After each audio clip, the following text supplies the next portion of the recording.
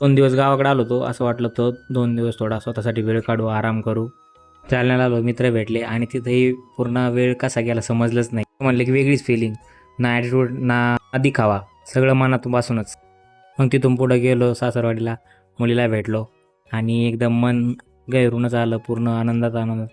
असं वाटलं की सगळं भेटल्यासारखंच एकदम जबरदस्त. मग पुढे निघालो ताईकडं, ताईकडून ताईला घेतलं. ताईला यायचं होतं गावाकडं, मग ती आली माझ्यासोबत गावाकडं आणि तिथून गावाकडं आल्याच्यानंतर समजलं अरे बापरे, अजून तर कामं भरपूर बाकी आहे.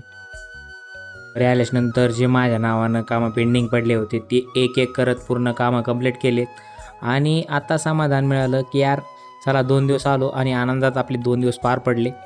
असंच गावाकडे आल्याच्यानंतर तुम्ही कुठली कामं करता आणि तुमच्या नावानं कोणते कामं पेंडिंग असते हे नक्की कमेंटमध्ये सांगा मित्रांनो. पेजला फॉलो नक्की करा आणि तुमच्या मित्रांना शेअर नक्की करा. थँक्यू मित्रांनो.